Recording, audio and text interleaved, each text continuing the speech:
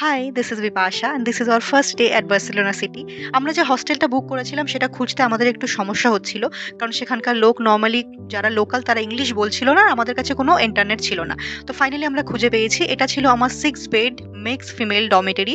6 bed মানে উপর নিচে করে ১, ২, ৩, ৪, ৫, ৬ ৬টা বেড। অ্যাটাচ ওয়াশরুম ছিল। সাথে এটা ব্যালকনি ছিল। এই গেটটা খুলে বাইরের দিকে যাওয়া যায়। এই একটাই ভেন্টিলেশন প্রসেস ছিল। তারপর যেহেতু এত লম্বা জার্নি করে এসেছিলাম, আমি এত ঘুমিয়েছি। আমরা সকাল ১২টা-১টায় পৌঁছেছি। আমি রাত ৯টা পর্যন্ত উঠতে পারিনি। ৯টার পর উঠে একটুখানি বাইরে ঘুরে-টুরে তারপর আবার রাতে খেয়ে শুয়ে পড়েছি। কারণ পরের দিন আমাদের কনফারেন্সে যাওয়ার ছিল। এটা আমাদের কনফারেন্সে আমরা পৌঁছে গেছি। ফার্স্ট ডে এটা ইনঅগারেশন ছিল। রিসেপশন প্রোগ্রামও এই দিনই ছিল।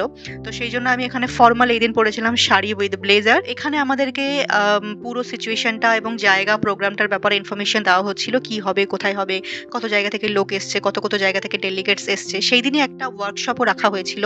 One kind of brainstorming activity. এখানে একটা টপিক ছুড়ে দেওয়া হয়েছিল। তারপর তোমাকে বলা হয়েছিল সেটা সম্পর্কে তুমি তোমার নিজস্ব থট এখানে পেপারে লিখে রাখো। সেটাকে কোথাও একটা চিপকানো হবে। মানে ওয়ান কাইন্ড অফ সাজিয়ে রাখা হবে। তারপর আমরা এখানে শুনছিলাম বার্সেলোনাতে যে রুম্বা স্পেশাল হয়।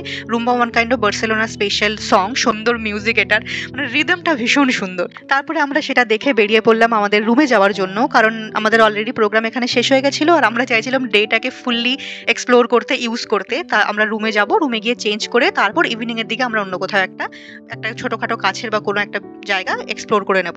তো এটা আমরা ফিরছিলাম বার্সেলোনা মেট্রো। বার্সেলোনা মেট্রোতে ওয়ান কাইন্ড আমার নতুন কিছু মনে হয়নি। এটা দিল্লি মেট্রোতে যারা চলেছো বা যারা মেট্রো সিটিতে রয়েছো তাদের জন্য বার্সেলোনা সিটিটা খুব একটা টাফ মনে হবে না। বিকজ যেরকম দিল্লিতে পুরো জায়গাটা মেট্রোতে ছেয়ে আছে, তুমি যে কোনো জায়গায় যেতে পারবে মেট্রো থ্রু। বার্সেলোনাও ওয়ান কাইন্ড অফ দ্যাট। তো আমরা এটা ফিরে এসেছিলাম আমাদের হোমস্টেতে। সেখান থেকে চেঞ্জ করে আমরা চলে গেছিলাম বার্সেলোনা সাগ্রাদা ফ্যামিলিয়া যে চার্চটা রয়েছে, যেটা লাস্ট ১০০-১৫০ বছর ধরে আন্ডার কনস্ট্রাকশন চলছে, সেটা দেখার জন্য। তো আমরা চার্চের ভেতরে যখন গেছিলাম তখন সেখানে প্রেয়ার চলছিল। তো আমরা কিছুক্ষণ প্রেয়ারের ওখানে বসলাম। তারপর প্রেয়ার শেষ হয়ে যাওয়ার পর আমরা বাকি জিনিসটা ঘুরে দেখার জন্য গেছিলাম। এত সুন্দর আর্কিটেকচারাল ওয়ার্ক, মানে ভীষণ সুন্দর, ভীষণ সুন্দর। আমার তো খুবই ভালো লেগেছে। আনফরচুনেটলি আমি যেহেতু সকালবেলা শাড়ি পরে গেছিলাম, আমি কপালে টিপ লাগিয়ে গেছিলাম। আর তারপর রুমে যাওয়ার পর আমি ইমিডিয়েটলি শাড়িটা চেঞ্জ করে অন্য একটা ট্রাউজার টপ পরে চলে এসেছি। আমি টিপ খুলতে ভুলে গেছি। তাই আমি সারা বার্সেলোনা সিটি ট্রাউজারের সাথে টিপ লাগিয়ে ঘুরেছি, যেটা আমি পরে দেখে ভাবছি যেটা কি করে হলো। তো এটা আমরা পুরোটা ভেতরটা ঘুরে নিলাম। যেহেতু আমরা দিনের বেলা যাইনি, তো বাইরে থেকে খুব ভালো একটা ফটো বা ভিউ আমাদের সেরকম হয়নি। আর আমাদের অতটা টাইমও ছিল না। But this is the look at night. দেখো এত সুন্দর। দিনের বেলা হলে আরো ভীষণ সুন্দর ক্লিয়ারলি তোমরা দেখতে পাতে। বাট কোনো ব্যাপার না, রাতের বেলাও আমরা খুব এনজয় করেছি। আর এই সময় প্রচন্ড ঠান্ডা লাগছিল। বার্সেলোনাতে আমরা যখন এন্ট্রি করেছিলাম তখন অতটা ঠান্ডা ছিল না। বাট যখন আমরা রাতের দিকে যাচ্ছি তখন টেম্পারেচার ডাউন হয়ে গেছে। তো আমি একটা হালকা জ্যাকেট পরে চলে গেছিলাম। বাট তারপর আমার এত ঠান্ডা লাগছে, আমি আর এনজয় করতে পারছিলাম না। মনে হচ্ছিল কখন আমি চলে যাব। এরা সাগ্রাদা ফ্যামিলিয়া চার্চটার সামনে দাঁড়িয়ে এই মিউজিকটা এরা গান গাইছিল। বিশ্বাস করো এই সিচুয়েশনটা পুরো সেনিক বিউটি ফিল হচ্ছিল। সামনে সাগ্রাদা ফ্যামিলিয়া রয়েছে আর সামনে এত সুন্দর মিউজিক, ভায়োলিন বাজিয়ে গান হচ্ছে। এত সুন্দর লাগছিল।